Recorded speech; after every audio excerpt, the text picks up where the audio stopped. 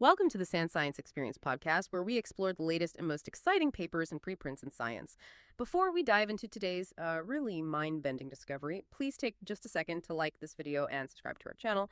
It genuinely helps support the Sand Science Experience and lets us keep bringing you these deep dives.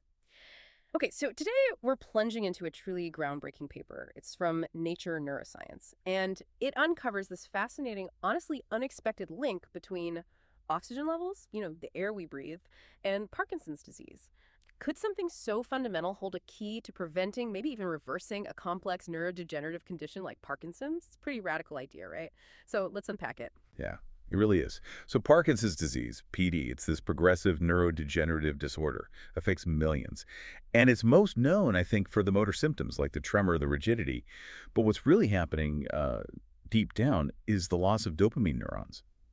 These specific ones in the substantia nigra pars compacta, that's sort of the brain's movement control center. And you also get this buildup of misfolded proteins. Yep. Alpha-synuclein, they form these clumps called Lewy bodies. Lewy bodies, right. And those clumps, they're the bad guys here. Well, yeah, they're definitely involved. A core problem is that this alpha-synuclein is toxic to the cell's powerhouses, the mitochondria. Yeah. Specifically, it inhibits mitochondrial complex 1. And that just cripples the cell's ability to function properly. It messes up the energy supply. Okay, so the protein clumps are sabotaging the cell's energy from the inside out, basically, leading to neuron loss. But this paper suggests maybe it's not just the protein clumps, it's the environment. Exactly. There have been these anecdotal reports for years, people saying Parkinson's symptoms seem to improve at high altitude, where there's less oxygen, kind of intriguing hints. Right, whispers. So this paper actually tested that. They did. They used a mouse model. They injected these alpha-synuclein preformed fibrils, PFFs, to mimic Parkinson's in the mice, the neurodegeneration, the movement problems. And the results for prevention were, well, pretty astonishing. They exposed these mice continuously to just 11% oxygen. That's like being up at, say, 4,500 meters, really high altitude. And it prevented the loss of those dopamine neurons. Wow, just like that. Yeah. And it also stopped the motor problems and even anxiety-like symptoms from developing. But here's the kicker. The alpha-synuclein aggregates, those clumps, they still formed. Wait, okay, hold on. So the low oxygen stopped the symptoms, stopped the neurons from dying, but the protein clumps themselves were still there? That's exactly it. That's profound. So it's not just having the clumps, it's how the cells react to them, depending on the oxygen. Precisely. And what's really fascinating, almost paradoxical, is what they found happens in normal oxygen. In standard oxygen levels, those PFFs, the alpha-synuclein, actually caused brain tissue hyperoxia. Hyperoxia, so too much oxygen in the affected brain area. Yeah, elevated oxygen levels right there in the substantia nigra. It seems the damaged mitochondria, because of that complex 1 inhibition we talked about, they couldn't use the oxygen efficiently, so it builds up. And this leads to increased damaging lipid peroxidation. Think of it like cellular rust.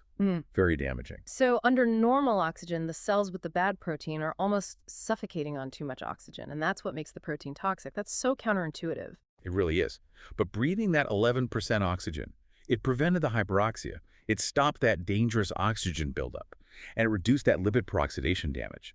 Plus, the hypoxia, the low oxygen state, it triggered this whole cellular reprogramming. Right. Changed gene expression. It activated protective pathways, things involving HIF, hypoxia-inducible factor, upregulating genes like Ldha, SLC16-3.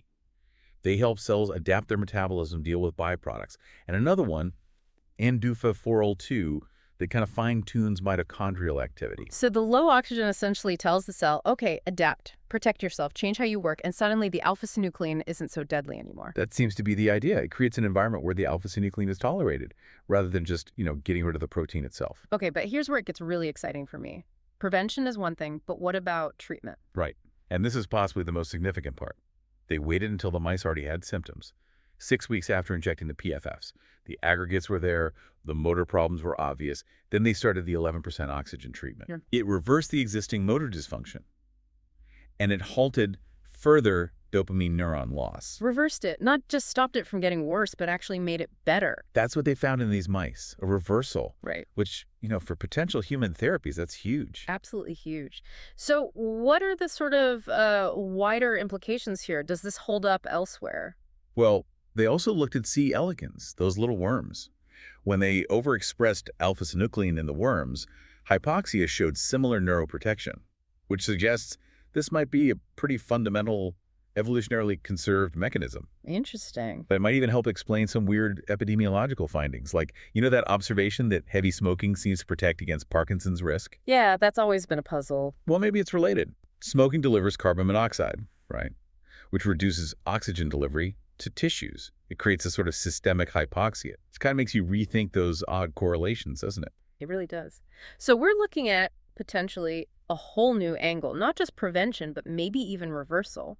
Managing cellular oxygen as a strategy. It's a novel strategy, yes. Now, obviously, more work is needed. A lot more work. Preclinical studies to figure out the optimal oxygen levels, the duration, the long-term safety of continuous hypoxia for humans. That's all critical.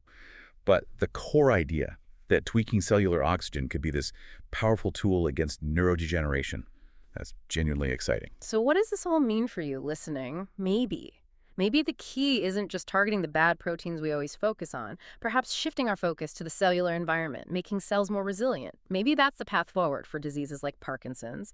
Definitely something to mull over until our next deep dive.